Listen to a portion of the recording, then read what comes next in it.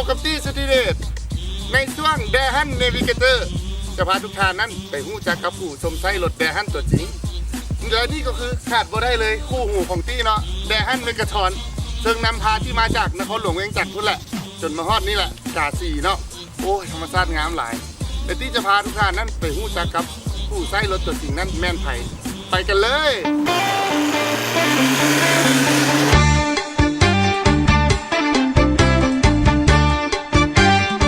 สำหรับภารกิจของตี้ในครั้งนี้ตี้จะพาทานไปสัมภาษณ์ผู้ใช้รถแดฮันตัวจริงแต่บ่ฮู้ว่าสิพบเห็นหรือบ่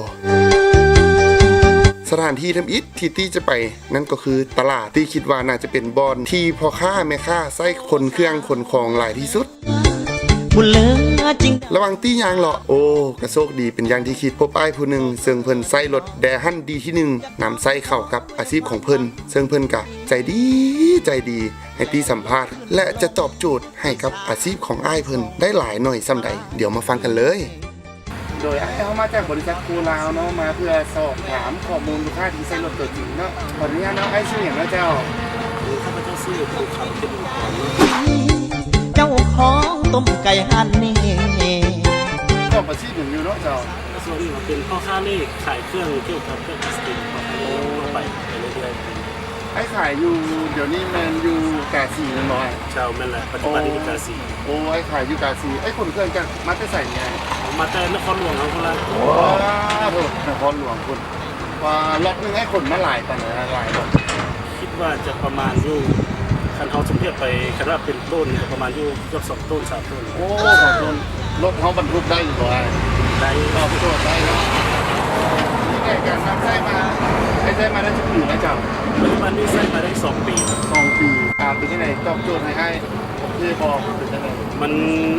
ของเราเป็นแล้วเนาะเกี่ยวกับกระบะมันจะง่ายกว่ายาวก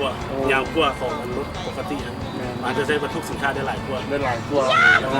เกี่ยวกับที่ในห้องขับเราเครื่องเราสะดวกมันจะมีส่วนหลายกว่าเป็นแอร์เป็นเรื่องกับไม่ค่อยมีปัญหาเลยโดยมันจะมีกล้องหลังมีเซ็นเซอร์เวลาเขาถอยก็สบาย